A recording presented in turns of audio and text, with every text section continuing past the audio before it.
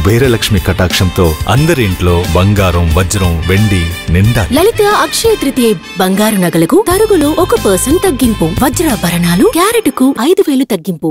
గురుగారు, తదుపరిగా ధనుసు రాశి గురించి వివరించండి. శ్రీ మహాగణాధిపతయే నమః. ఐం మహాసరస్వత్యే నమః. శ్రీ లలితాంబికాదేవియే నమః. ధనుసు రాశి వారికి ఈ మే నెల అంతా కూడా ఎలా ఉండబోతుంది అంటే మిశ్రమ ఫలితాలు గోచరిస్తూ ఉన్నాయి. ధనుసు రాశి వారికి వాళ్ళు వ్యూహాత్మకముగా చాలా ముందుకు దూరదృష్టితో చేయాలి అని అనుకునేటువంటి పనులకు కాస్త బ్రేక్ పడడం కానీ, ఏదనుకుంటే ఆ పనులు కొంచెం నెమ్మదిగా జరగటము కానీ, కొంచెం ఇవన్నీ కూడా కాస్త 1-2 సార్లు తిరగటము కానీ, ఒక అవ్వాల్సినటువంటి పనికే 4 సార్లు తిరగటము, మానసికమైనటువంటి బాధతో ఏం జరగలేదే అనేటువంటి ఆందోళన చెందటము, వృధా ప్రయాస, 1-10 సార్లు తిరగటము, అలసత్వము, ఇవన్నీ కూడా ఉంటాయి ఈ మాసం వీళ్లకు, ధనుస్సు రాశి వాళ్లకు. అయితే పనులు అవుతాయిలే అనుకున్నటువంటివి కాస్త మానసికమైనటువంటి క్లేశముతో పనులు కాలేదే అనేటువంటి దిగులుతో ఉండటం జరుగుతుంది గాక. అదొకటి. ఉద్యోగాలు చేసుకునేటువంటి వాళ్లకు సజావుగా యథావిధిగా ఉద్యోగాలు చేసుకుంటారు. కొత్తగా ఉద్యోగాలు కావాలి అనుకునేటువంటి వాళ్లకు ప్రయత్నాలు చేసుకోవచ్చు, తప్పులేదు, కానీ వెంటనే వస్తాయి అనడానికి లేదు.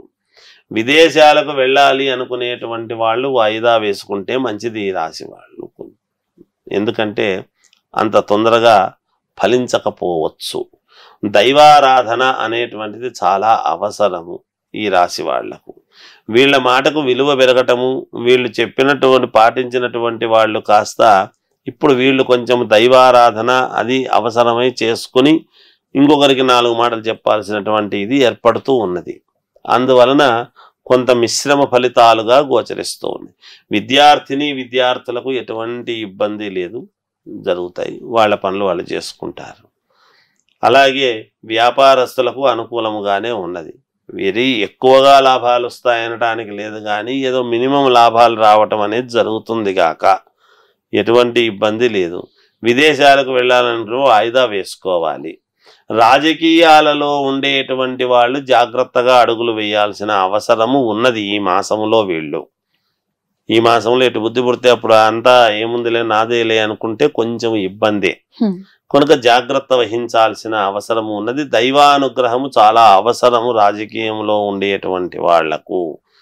ఏది ఏమైనా ఇంకా మెరుగైనటువంటి ఫలితాలు సాధించాలి అని అనుకుంటే మాత్రము వీళ్ళు మామూలుగా మెరుగైన ఫలితాలు వాళ్ళ ఇంటి దేవుణ్ణి ఆరాధించుకోవటం అనేది అవసరము. వ్యక్తిగతమైనటువంటి జాతకాన్ని ఒకసారి పరిశీలన చేసుకుంటే వీళ్ళకి మేలు. జయవస్తు. ధన్యవాదాలు గురుజీ.